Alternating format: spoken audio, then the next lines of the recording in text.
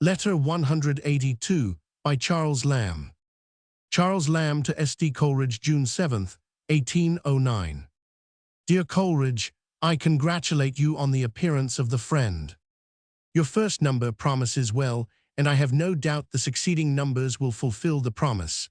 I had a kind letter from you some time since, which I have left unanswered. I am also obliged to you, I believe, for a review in the annual, am I not, the monthly review. Sneers at me and asks if Camus is not good enough for Mr. Lamb. Because I have said no good serious dramas have been written since the death of Charles I, except Samson agonists.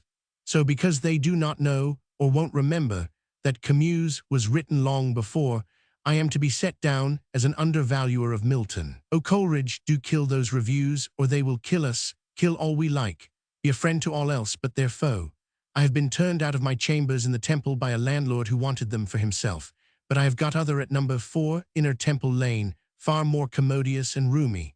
I have 2 rooms on 3rd floor and 5 rooms above, with an inner staircase to myself, and all new painted and all for £30 a year. I came into them on Saturday week, and on Monday following, Mary was taken ill with fatigue of moving, and affected, I believe, by the novelty of the home, she could not sleep, and I am left alone with a maid quite a stranger to me, and she has a month or two's sad distraction to go through.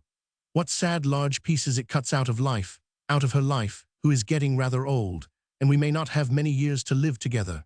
I am weaker, and bear it worse than I ever did. But I hope we shall be comfortable by and by. The rooms are delicious, and the best look backwards into Hare Court, where there is a pump always going. Just now it is dry. Hare Court trees come in at the window, so that it's like living in a garden. I try to persuade myself it is much pleasanter than Mitre Court, but alas, the household gods are slow to come in a new mansion. They are in their infancy to me, I do not feel them yet, no hearth has blazed to them yet. How I hate and dread new places. I was very glad to see Wordsworth's book advertised. I am to have it tomorrow lent me, and if Wordsworth don't send me an order for one upon Longman, I will buy it. It is greatly extolled and liked by all who have seen it. Let me hear from some of you, for I am desolate. I shall have to send you, in a week or two, 2 volumes of juvenile poetry, done by Mary and me within the last 6 months, and that tale in prose which Wordsworth so much liked, which was published at Christmas, with 9 others by us, and has reached a 2nd edition. There's for you. We have almost worked ourselves out of child's work, and I don't know what to do. Sometimes I think of a drama, but I have no head for play-making. I can do the dialogue, and that's all. I'm quite aground for a plan, and I must do something for money. Not that I have immediate wants, but I have prospective ones. O money, money, how blindly thou hast been worshipped, and how stupidly abused. Thou art health and liberty and strength, and he that has thee may rattle his pockets at the foul fiend.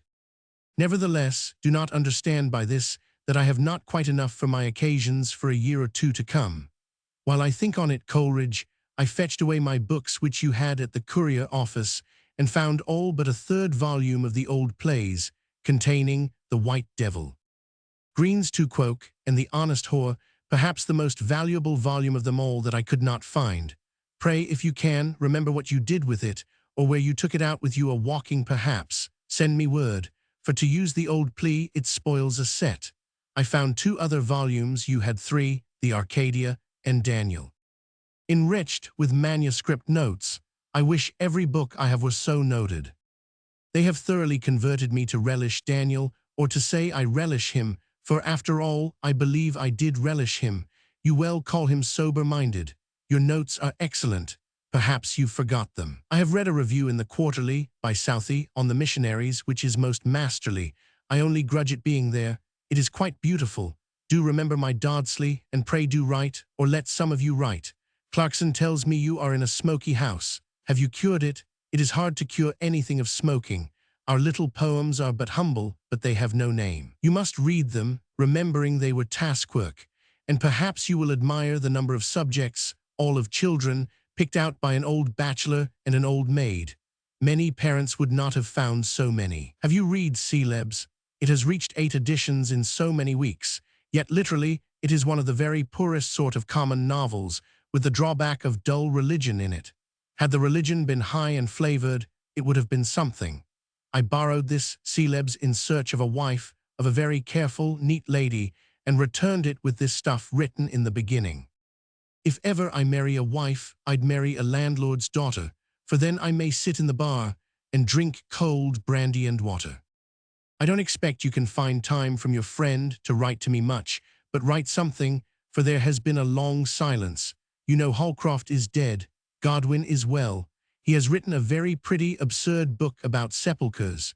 He was affronted because I told him it was better than Hervey, but not so good as Sir T. Brown. This letter is all about books, but my head aches, and I hardly know what I write, but I could not let the friend pass without a congratulatory epistle. I won't criticize till it comes to a volume. Tell me how I shall send my packet to you, by what conveyance, by Longman, Shortman, or how. Give my kindest remembrances to Wordsworth. Tell him he must give me a book.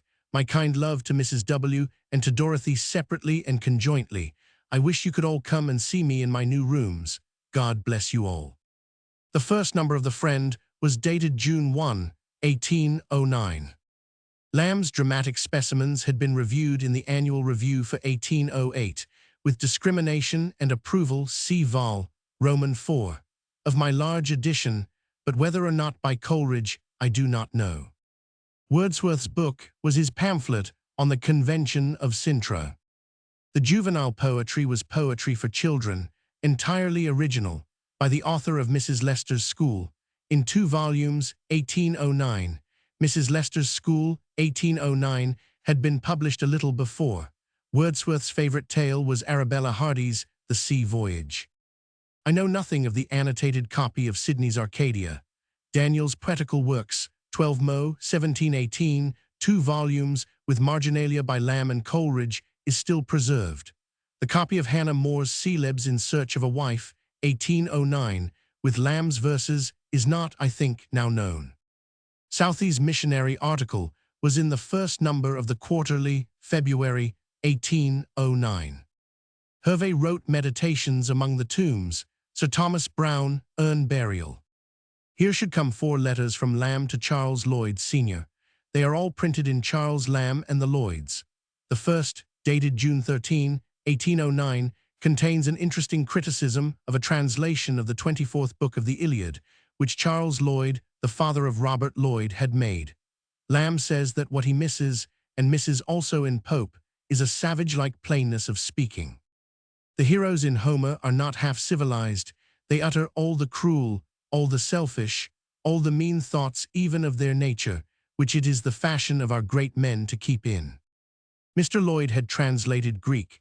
Oedipus, line 720, minstrels.